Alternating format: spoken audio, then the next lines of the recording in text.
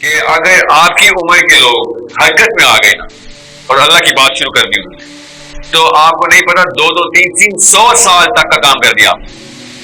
اگر بابا جی مولوی صاحب حرکت میں آتے ہیں، وہ اپنی جنریشن کے کوئی کام نہیں کر سکتے، بیکاز وہ بچہ کہتا ہے ہاں خود سب کچھ کر لیا ہے، اب مجھے بتانے آ گئے۔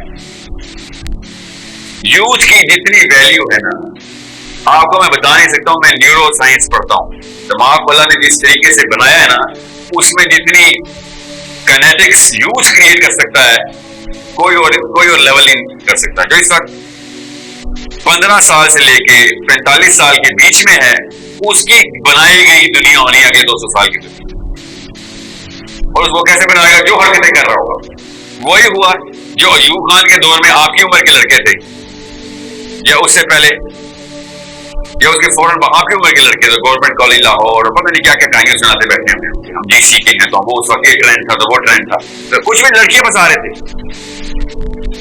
وہی ٹرینڈ نیچے آیا نا ہمارے پاس، اور کچھ بھی نہیں کیا انہوں نے، شاعری کی ہے، فلمیں بنائی ہیں، ڈرامے کیے ہیں۔ دا ریئل کوشچن از کہ آپ نے ہمارے لیے ترقی میں کیا چھوڑا ہے کہ جو مجھے ڈپریشن نہ ہو مسلمان ہونے پہ، بس اتنی سی بات۔ ایسا کیا فخر ہے مجھے مسلمان ہونے پہ، ایسا کیا تیر مار رہا ہوں میں دنیا میں۔ ایک کیمبرج کے یونیورسٹی کا اسٹوڈنٹ گریجویٹ ہوتا ہے، ایک آرٹیکل لکھتا ہے، 18 ملکوں کے کانسٹیٹیوشن بدل جاتے ہیں۔ ہماری یونیورسٹی کا اسٹوڈنٹ پورے مضمون لکھتا ہے، پین شیٹ اور دے دے، ایک شیٹ اور دے دے، کالی کر رہا ہوتا سارے کے سارے صفحے، اس کا اپنا انویجیلیٹر بھی نہیں اس کو سے ہلتا، اپنے گھر پہ نہیں افیکٹ آتا اس کو۔ تو کوئی تو بات ہے، کوئی تو مسئلہ ہے جو ہمیں سمجھ نہیں آ رہی کہ ہم کسی اور نظام کے اندر اپنے آپ کو ایفیشینٹ کرنے کی کوشش کر رہے ہیں اور وہ نظام ہل ہی نہیں رہا۔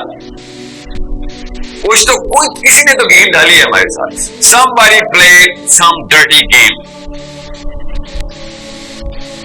زیادہ پرانا دور نہیں، میں بتا رہا ہوں آپ کو، محمد علی جناح ہے جب تحریک پاکستان سٹارٹ کی تھی، آپ کو پتا ہے ایک بھی بندہ 40 پلس نہیں تھا، انٹرویو نہیں کرتے تھے باقاعدہ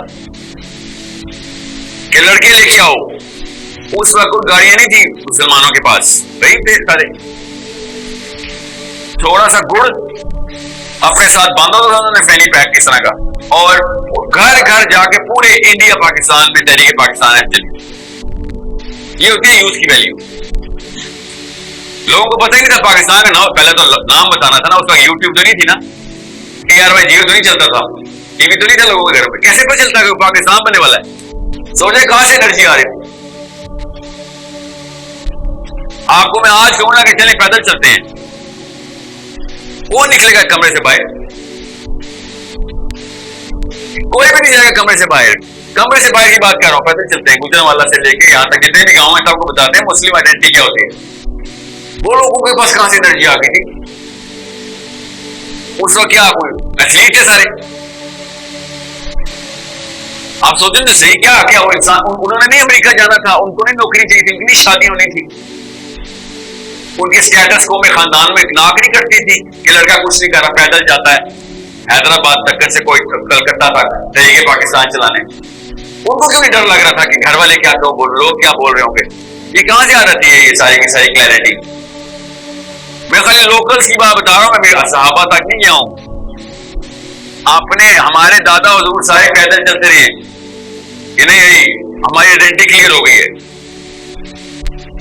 آئیڈینٹی کلیئر ہوتے ہی انسان ایسے تحریک میں آتا ہے، کیسے؟ کیونکہ اس نے اپنا جتھا بھی اکٹھا کرنا ہوتا ہے۔ آپ جب بھی باہر کے ملک جائیں گے نا، تب آپ کو مسلمان کی ویلیو پتہ چلے گی، آئیڈینٹی کیا ہوتی ہے۔ ہلکی سی شمر سے آئے، گلمس آئے گا، رمق کہتے ہیں اردو میں۔ کسی ٹرین میں بیٹھے ہوں گے نا تو کوئی پیچھے سے آواز آئے گا نا، اللہ اکبر، جھٹکا لگے گا، سارے گھوڑوں میں اچانک اس بندے سے محبت ہو جائے گی آپ کو۔ کتنی سی بات تھی کہ میرے جیسے ہے، تو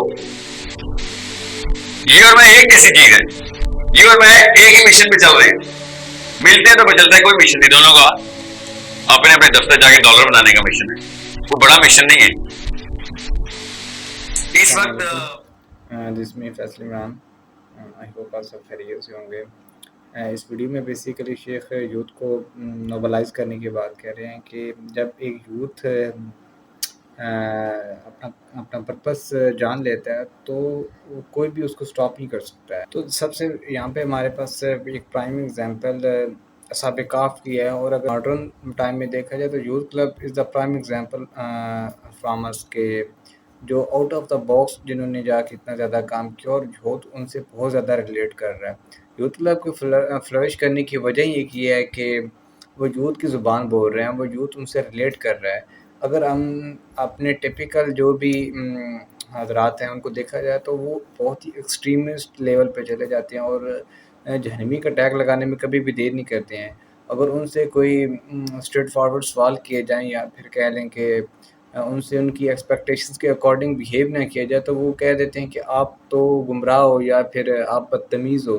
اور ساحل سر کی یہ ایگزامپل دی جائے کہ ان کے اسٹوڈنٹ ان سے اسٹریٹ فارورڈ سوال کرتے ہیں, اور یوتھ کلب کی بھی یہی ہے کہ ان سے لوگ سیکھنے کو بہت کچھ ملتا ہے اور آپ ان سے اوپنلی بات کر سکتے ہو. فریڈم آف اسپیچ آپ کے پاس ہوتا ہے اور فریڈم آف ایکسپریشن آپ کے پاس ہوتا ہے کہ آپ اچھے طریقے سے چیزوں کو سمجھ سکتے ہو. دیکھیں یوتھ, اگر آپ یوتھ کو نوبلائز کرنا چاہتے ہو نا تو سب سے بڑی یہ چیز ہے ان کے سامنے وہ رول ماڈل رکھیں جنہوں نے کوئی بگ اچیومنٹس لے کے آئے تھے. وہ ہمارے نبی حضرت محمد صلی اللہ علیہ وآلہ وسلم ہمارے سامنے ایک رول ماڈل ہیں.